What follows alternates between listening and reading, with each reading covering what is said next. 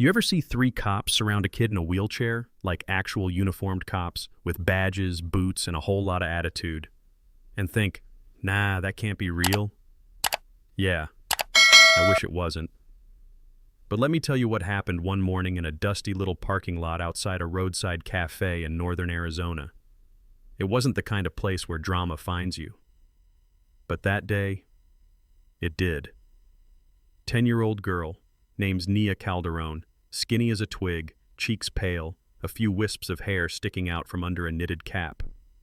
She was sitting outside the cafe, bundled in a thick blanket, arms folded tight across her lap like she was bracing against more than just the cold air. Her parents had gone in to grab breakfast.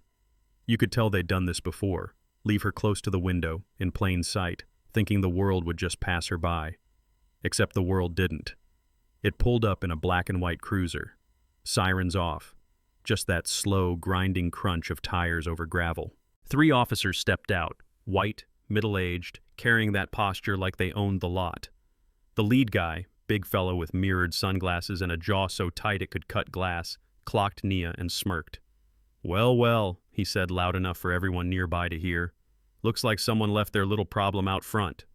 You know that kind of voice, mocking, lazy, just dripping with power he didn't deserve. The younger cop snickered, maybe trying to impress the others. "Bet she's pulling sympathy tips. Blanket, bald head. Works like a charm, right?"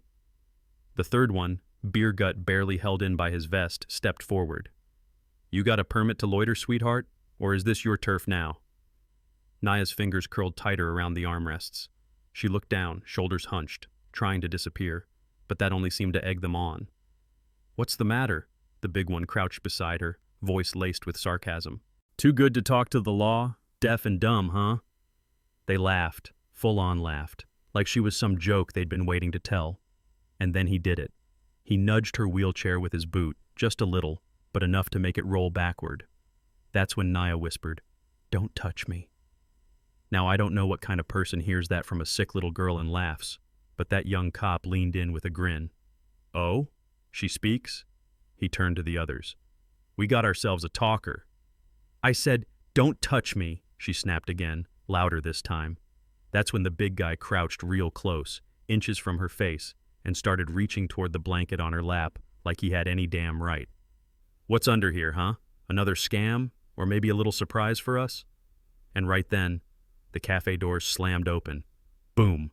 Out walked this huge man, coffee in hand, eyes like thunderclouds. Didn't need to say his name. You knew him the moment he stepped out.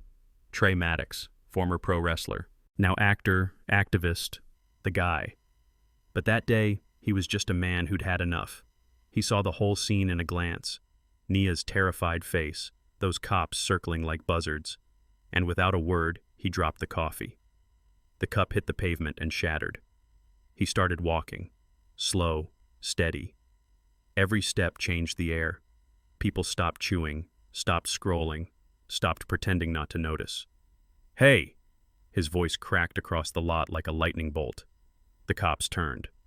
"Step away from her," Tariq said.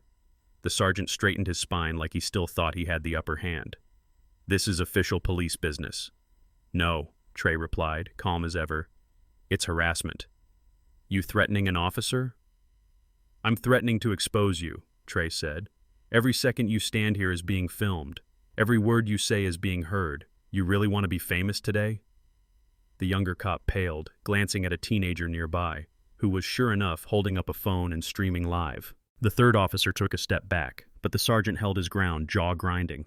"You don't know what this is about." "Oh, I know exactly what this is about," Tariq said, stepping in close now. "You saw a little black girl in a wheelchair all alone, and you thought no one would care. You thought you could lean in and intimidate her, maybe scare her into silence. But you forgot something."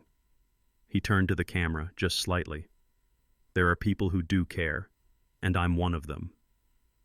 The silence that followed wasn't quiet. It was thick, charged, humbling. The kind that makes you swallow your own shame. The officers backed away, muttered something under their breath, got in the cruiser, peeled out like cowards. Some folks clapped. Most just stood there, stunned. Tariq knelt beside Nia. "You okay?" he asked. She nodded, barely. I didn't think anyone would help. You're not alone anymore, he said. Not today. Not ever again. Her parents rushed out then, eyes wide, voices panicked. Nia! Her mom dropped to her knees. Her dad froze, staring at Trey. Wait, are you? Trey just nodded. Doesn't matter. What matters is she's safe. They thanked him, but he wasn't done. That night, Trey sat alone in his hotel room. Couldn't sleep. Couldn't shake the look in Nia's eyes.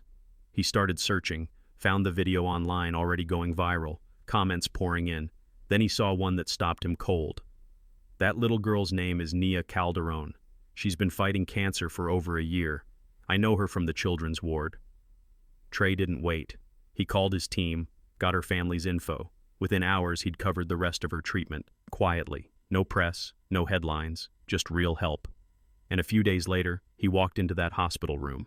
No cameras, no entourage, just him in a hoodie and jeans. Nia looked up from her sketchbook, eyes wide. You came, she whispered. I said I would, Trey replied. And I don't break promises. They talked for an hour. She showed him a drawing of a beach. I've never been, she said, but I dream about it. Sometimes I think hearing the ocean would make me feel better. Trey smiled. Some dreams are worth chasing.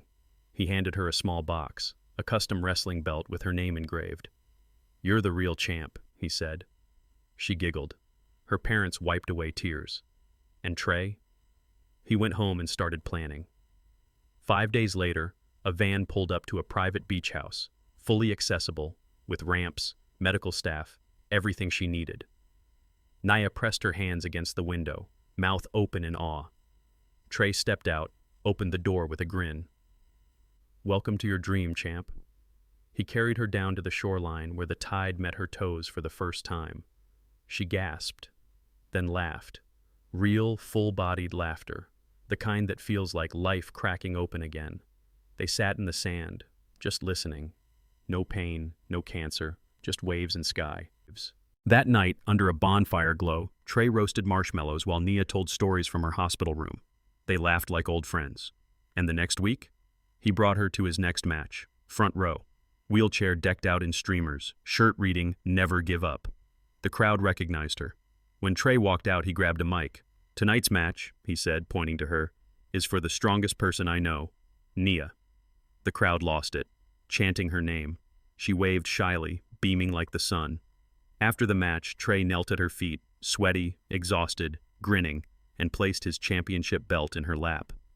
This belongs to you, he said. She held it tight, couldn't even speak. Backstage, other wrestlers gave her high fives, treated her like family, and back at the hospital later that night, she lay in bed, belt across her chest, smiling. But that wasn't the end. Trey invited her to his house for a celebration. Balloons lined the driveway. Celebrities, athletes, friends, all there for her. He gave her a gold medal, said, "This is for showing the world what real strength looks like." And that girl, that fragile girl who once trembled in silence, she came alive, laughed, played, even did some light wrestling moves on a padded mat Trey set up just for her. Her parents couldn't stop filming, couldn't stop crying. And then came the twist no one saw coming. A few months later, Nia walked back into her school, part-time at first. Kids clapped, teachers hugged her. She drew pictures of rocket-powered wheelchairs, superhero girls, beaches, and wrestling rings. Then Trey called again, with an offer, a televised event to raise money for pediatric cancer. Would she join him on stage? She was nervous, sure, but she said yes. And under the bright lights, standing tall, mic in hand, she said, "My name is Nina Calderon. I had cancer.